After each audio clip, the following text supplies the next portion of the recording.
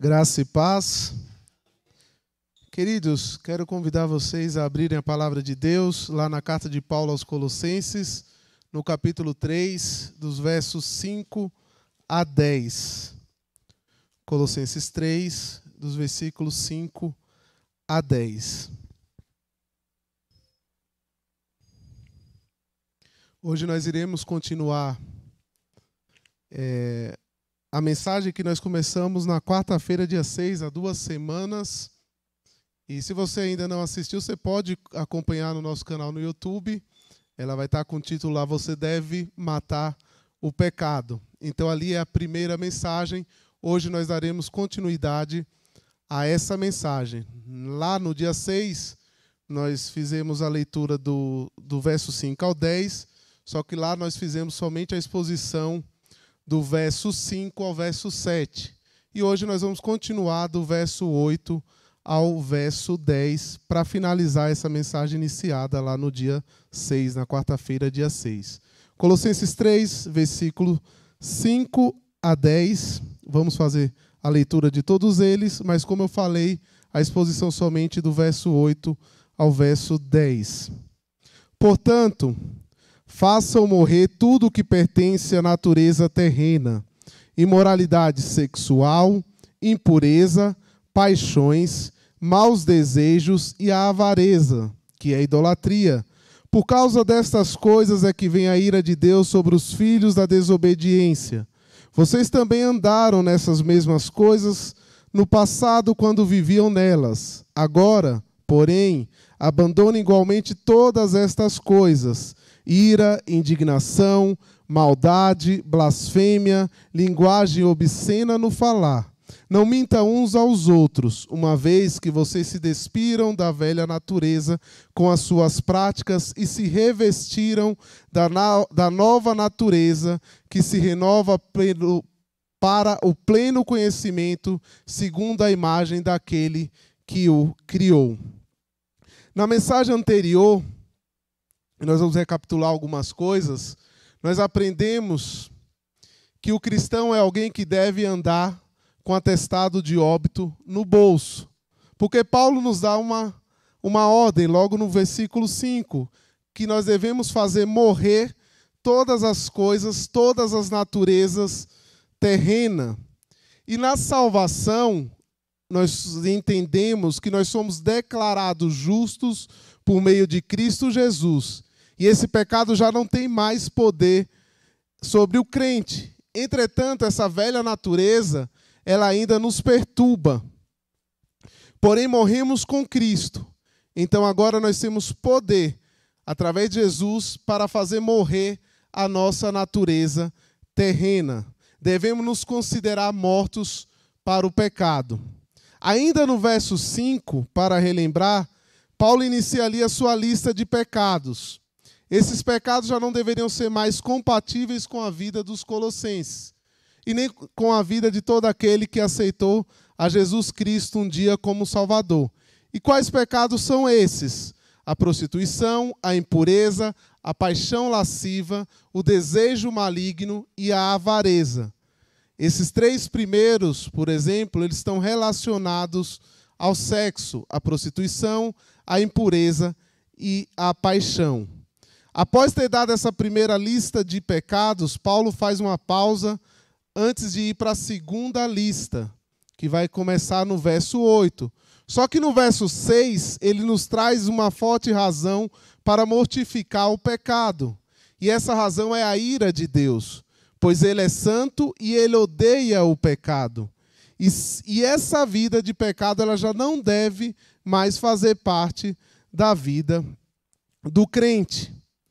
Após essa primeira lista, agora nós entramos então na segunda lista que o apóstolo nos traz, que se encontra no verso 8 e no verso 9, na parte A.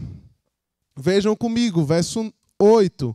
Agora, porém, abandone igualmente todas estas coisas: ira, indignação, maldade, blasfêmia, linguagem obscena no falar, e não mintam uns aos outros, a mentira.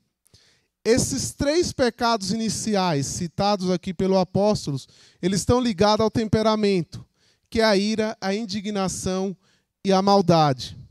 A ira, a raiva, é um temperamento explosivo como fogo. Ela se relaciona aqui com a palavra, por exemplo, ferver. E a ira é um sentimento amargo, que gera impaciência e ódio com o próximo. Em Efésios, Paulo vai nos dar dois tipos de ira. Um lá no verso 26 do capítulo 4 e uma outra ira no verso 31 desse mesmo capítulo 4 aos Efésios. Lembram no verso 26 que ele fala: fiquem irados, mas não pequem. Então nós precisamos primeiro sentir essa ira justa. Por exemplo, nós temos a raiva de Jesus no templo, ao expulsar ali os cambistas, que é um exemplo de excelência desse princípio bíblico. Deus odeia o pecado. Seu povo, então, deve odiar também. Ninguém deve ficar irado a não ser que esteja irado contra a pessoa certa, no grau certo, na hora certa, pelo propósito certo e no caminho certo. Nós vemos injustiças por aí, corrupções, etc. Nós vemos casos e mais casos de maldades, e o nosso sentimento de cristão é de ficar irado com aquela injustiça. O que a gente não pode é transformar a nossa ira, a nossa raiva, em pecado. E nós devemos nos assegurar de que nossa raiva ela deve estar livre de orgulho, de malícia, de algum espírito de vingança. Não devemos armazenar, por exemplo, a nossa raiva, porque ela pode ser a raiz de um coração amargurado. Não devemos dar lugar ao diabo. Tanto que lá em Efésios, Paulo vai falar o quê? Não se deixe pôr o sol sobre a cabeça. Não deixe que essa ira te envolva. Não deixe que você amanheça com essa ira. Não deixe ser usado por Satanás. Só que essa ira aqui no contexto de Paulo aos Colossenses é uma ira má. É uma obra da carne, conforme citado pelo próprio apóstolo lá na sua carta aos Gálatas. Essa ira má, essa ira errada, essa ira que é obra da carne, e ela nos faz mal, e existem duas maneiras pelas quais nós podemos lidar com essa raiva. A primeira está ligada a pessoas que são explosivas, que atiram para qualquer lado, que acabam ferindo outras pessoas com seu destemperamento emocional. A segunda maneira errada de lidar com essa raiva é o congelamento dela. É quando a pessoa não a joga para fora, mas para dentro. E o resultado dessa amargura é terrível. E muitas pessoas guardam ira, guardam raivas de situações que passaram e que vão guardando no seu coração. E a única solução para esse congelamento, para descongelar, digamos assim, essa raiva, é o perdão. E talvez você esteja agindo assim. Talvez você tenha estado irado, talvez com a sua esposa, com o seu marido, com o seu filho, com o seu patrão, com o seu chefe, às vezes até com o seu irmão em Cristo. Você tem irado-se contra ele. Mas ore a Deus. Peça perdão a ele. Aquela pessoa a quem você tem tido esse sentimento de ira. E controle a sua raiva. Não peque. Essa ira é má. É dessa ira que Paulo está falando aqui aos Colossenses. E o segundo pecado colocado aqui pelo apóstolo nessa segunda lista é a indignação, que é uma ira ainda mais profunda, uma ira enraizada no coração, é uma ira que arde continuamente, que dificilmente cessa, que destrói os relacionamentos. E essa indignação também é obra da carne. Essa indignação citada aqui não é uma indignação por algo que é mal, algo que é errado, parecido com o que eu falei da ira. Eu estou indignado porque alguns políticos são corruptos, por exemplo.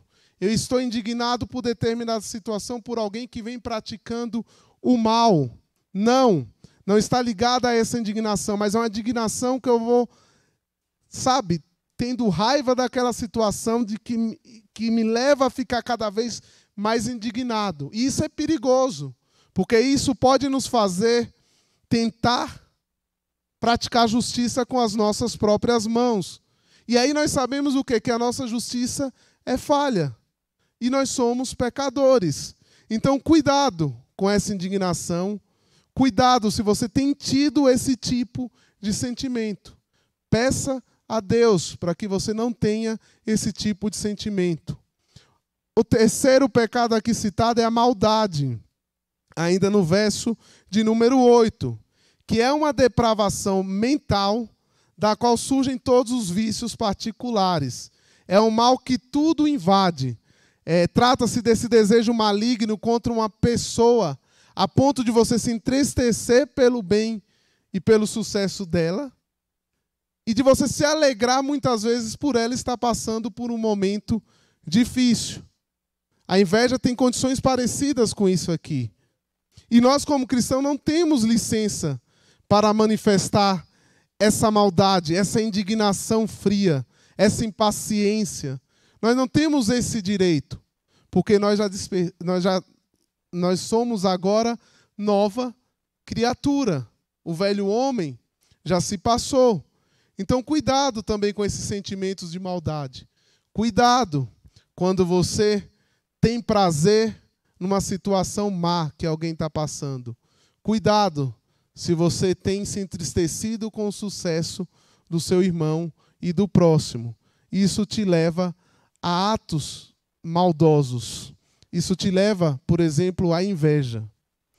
E aí o apóstolo continua agora com a mesma lista, só que agora com pecados ligados à língua. E aí, novamente, ele vai mencionar 3 pecados: a blasfêmia ou maledicência, a linguagem obscena e a mentira. E aqui é interessante a gente entender que no termo grego, no original, maledicência é o mesmo que blasfêmia. E nesse contexto aqui de Colossenses, ele se refere mais a uma difamação de caráter humano do que uma maldição dirigida contra Deus. Aqui, no contexto do capítulo 3, a blasfêmia é falar mal dos outros. E existem irmãos, por incrível que pareça, que têm prazer em falar mal do outro. E muitas vezes levantando mentiras para prejudicar o próximo. Cuidado, muito cuidado com a sua língua, cuidado com as fofocas, cuidado com as panelinhas, cuidado ao falar do seu irmão. As críticas direcionadas aos nossos irmãos devem ser dominadas por amor, porque o amor expressa um desejo de encorajar e nunca com a intenção de destruir alguém. Então, quando nós formos criticar, nós devemos ter muito cuidado e procurar esse irmão. E essa crítica, às vezes, relacionada a determinada coisa que o irmão esteja fazendo, a um pecado, etc., ela deve ser sempre acompanhada de amor, não como algo para destruir o próximo. E aí ele continua, agora com a linguagem obscena, que é uma expressão que só aparece aqui em todo o Novo Testamento. E sugere uma linguagem abusiva ou grosseira. Isso significa alguém que tem, por exemplo, a boca suja, que se refere aqui a todo tipo de palavra torpe, de comunicação vulgar, de humor de baixo calão. E a gente sabe que a palavra de Deus nos orienta que a boca fala do que o coração está cheio. E aí eu te pergunto nesta noite, o que você tem falado para os outros? Qual tem sido o seu vocabulário? Que palavras você tem usado para brincar, para fazer alguma piada, para falar algo engraçado? O que você tem escrito nas suas redes sociais? WhatsApp, Instagram, Facebook? Como você tem se comunicado? Às vezes até fora da igreja. Como você tem se comunicado? A palavra de um cristão, nossas palavras devem ser puras. Elas devem edificar o próximo. Nós não podemos viver com esses tipos de palavra de baixo calão, com essas palavras torpes. Então, muito cuidado com os tipos de palavra, com o seu vocabulário. E terceiro aqui é a mentira, que é o falseamento da verdade. Quando um cristão mente, ele está cooperando e aliando-se com Satanás.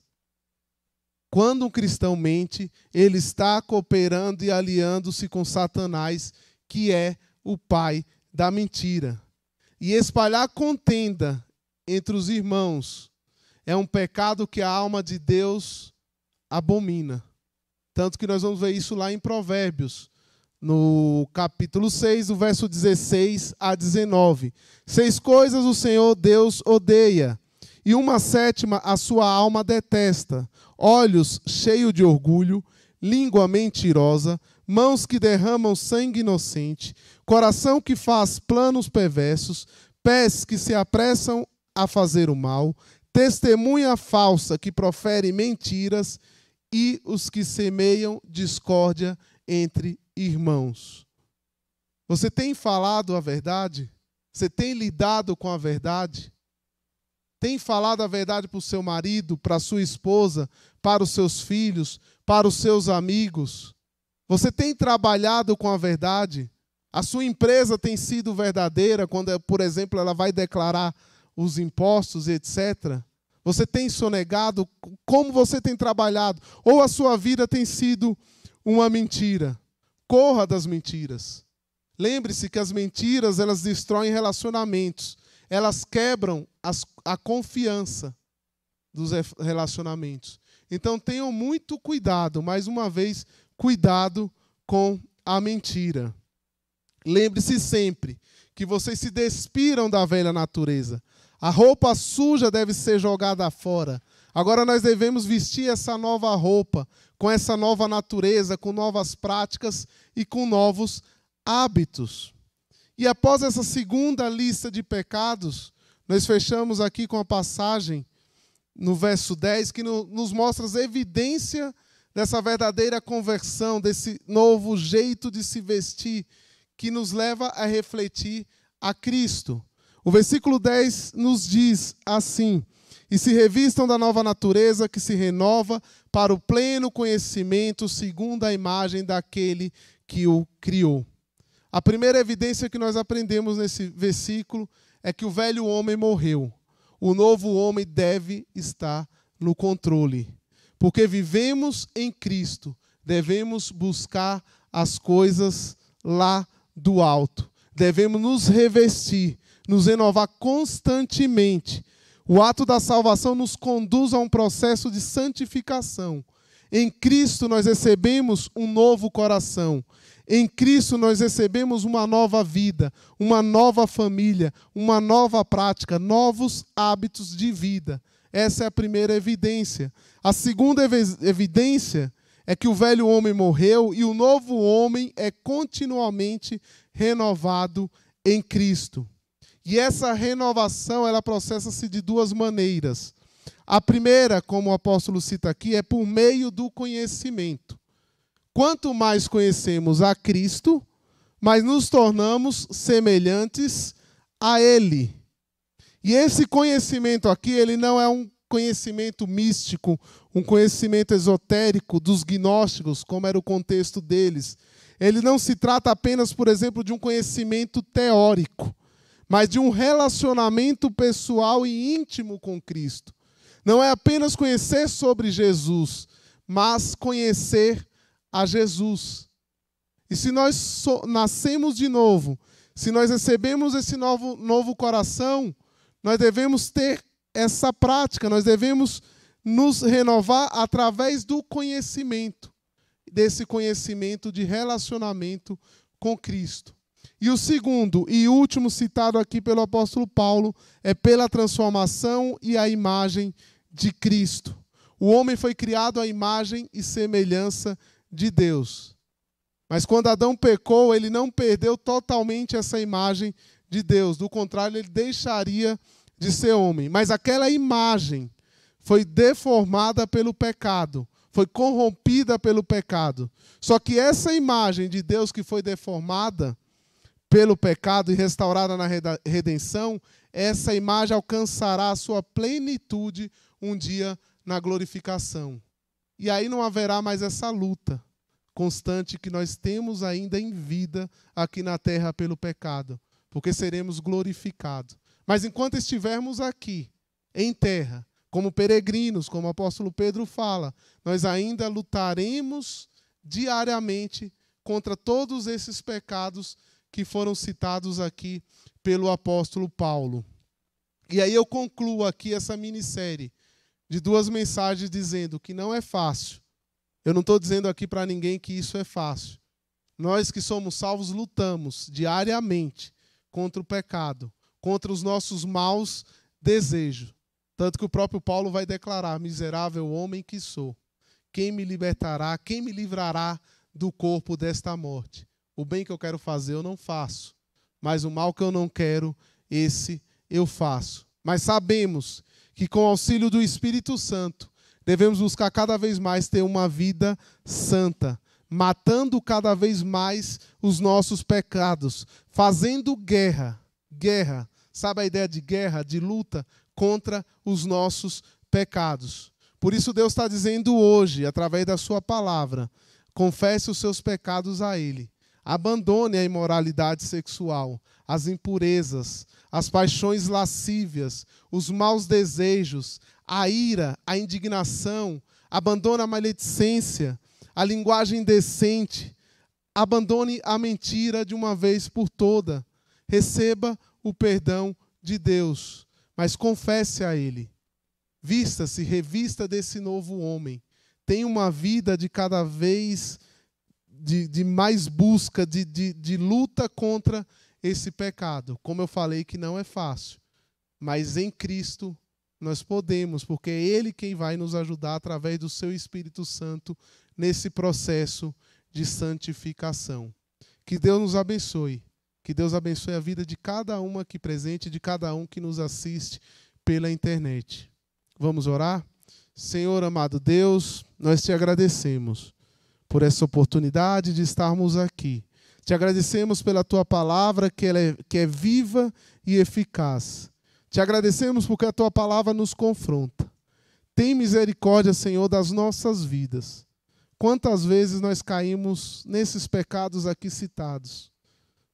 Pecados às vezes não confessados. Mas que nós venhamos ter um coração quebrantado. Que nós venhamos nos arrepender dos nossos pecados diariamente, confessando os nossos pecados, dando nome aos nossos pecados. E sabemos que de Ti nós recebemos um perdão, se assim nós fizermos, como a Tua palavra nos diz. Eu oro, Senhor, pela vida de cada irmão aqui reunido, pela vida de cada irmão que nos assiste. Irmãos que muitas vezes têm lutado contra alguns desses pecados aqui citados e não têm encontrado força. Mas tem misericórdia da vida de cada um que tem confessado esses pecados, Senhor. Perdoa-nos, Senhor. Ajuda-nos, Senhor, a ter uma vida cada vez mais santa. Uma vida de renúncia, uma vida de cruz, uma vida de entrega, Senhor. Nos ajuda. Somos falhos, somos pecadores, mas nós cremos num Deus que tudo pode. E nós te agradecemos por isso. Obrigado, Senhor. Restaura, Senhor, famílias. Restaura, Senhor, relacionamentos entre marido e mulheres. Sentimentos de ira, de raiva, de parentes, muitas vezes de irmãos, de pai para com filho, de filho para com pai. Restaura, Senhor. Quebra, Senhor, qualquer sentimento ruim. Tem misericórdia da vida de cada um, Senhor. Nós te pedimos, Senhor, por tudo isso que nós aprendemos hoje da Tua palavra. Nós te agradecemos por tudo. No nome do Teu Filho amado Jesus. Amém.